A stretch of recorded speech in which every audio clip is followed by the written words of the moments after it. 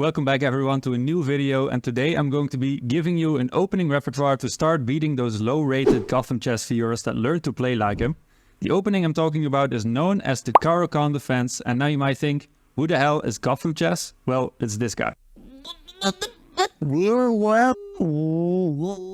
Why doesn't anybody ask me if I'm a walrus? Now you might not be very intimidated if you see these clips. I wasn't either, and because of it I was able to select an amazing weapon to beat this bozo's viewers easily. Also, as a quick reminder, there is a like and subscribe button below in case you liked the video. Now let's get right into it.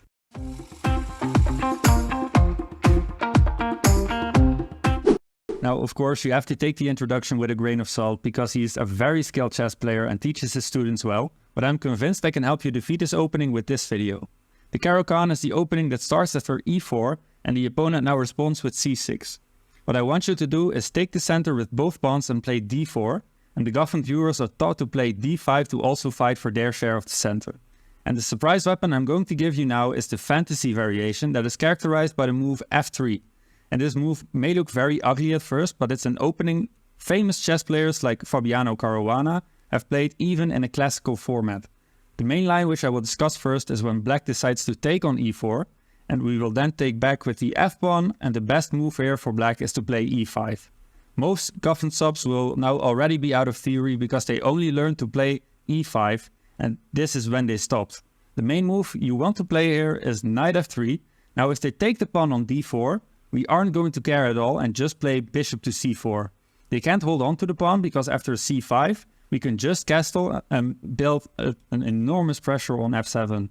After knight f6, for example, we can already play knight to g5 and black is in big trouble. Now, knowing that taking on d4 is bad, we can go on with the main line, which is bishop to g4, pinning the knight on f3 to the queen. After this, we are also going to be playing bishop to c4 to prepare an amazing trap. A move like knight f6 is already a big mistake, even though it looks completely natural. And the big tactic that happens after bishop c4 is to sacrifice the bishop on f7. Right now, if the king takes, we can take on e5 with the knight with check. And if the king moves away, we can pick up the bishop and our upper pawn, and the black king lost his castling rights. Actually, only move here that keeps some sort of an equal game is to play the move knight d7. And if he now would take on f7, he would laugh us right in our face, because after king takes f7, knight takes e5, he can play knight takes e5 and defend the bishop that attacks our queen. So that's a big oops. In case of knight d7, you can just casually castle, and after knight f6 you play c3 and build, as Hikaru Nakamura would say, a big white center. Now these are all the things you need to know about the main line for now. Knowing these basics and the trap is not the complete story though. There are some tricky sidelines you need to remember.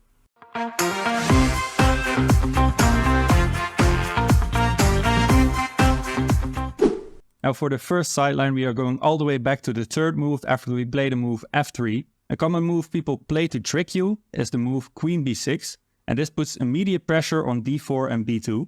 It's an opening where the main goal for black is to catch you off guard, but we are prepared. The main line is knight c3, but I actually recommend another line called the Nakamura variation, and this variation starts by playing the move a4. The idea behind queen b6 is often to play e5, and a4 stops that in a way that's a little more difficult to spot. After black plays e5 and you take because it's a free pawn, the plan for black is to play bishop c5 and put pressure on the knight on g1 and the naked king on e1. Black is stopped from playing this idea because of our pawn on a4. When the opponent plays bishop c5, we can play a5 as an intermediate move, and checks like bishop to f2 check are no longer dangerous. After bishop f2 check and king e2, black has to trade queens. After queen takes d4 and bishop takes d4, we can hold on to our pawn on e5 with f4. So now we have tackled this annoying queen b6 move.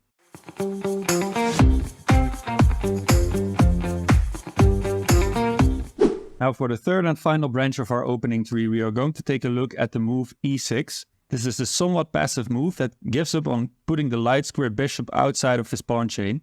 That's the reason people often like to play the Caro Kann more than the French, so it's already a big win for us. After e6, we are going for the move knight to c3. After the move knight f6, we can actually transpose into a mainline French that the opponent probably knows very little about. After this video, I would recommend watching a video explaining the basics of the classical French Steinitz variation to learn more about this. If they play the most common move, which is bishop to b4, we can play knight e2. We now defend our knight on c3 and have no reasons to get scared whatsoever. If they would play knight f6 now, we first play a3 to kick away the bishop, and if he moves back to e7, we can simply play e5. Now, knight after d7 and f4, we are in a very advantageous French setup after they play the move c5. A better move for black is knight e7 instead. Now we are still going to kick away the bishop with a3, and after bishop a5, we can play bishop to e3. Now, black most likely castles kingside, and we can start an attack with queen d2, knight g3, h4, h5, h6, and castling to the queen side of the board. That's going to be all for this video. I hope you enjoyed this weapon against the Caro Kann that everybody seems to be playing nowadays. I want to thank you all if you reached the end of the video and remind you to subscribe if you enjoyed the content. I'll see you all in the next video. Bye bye.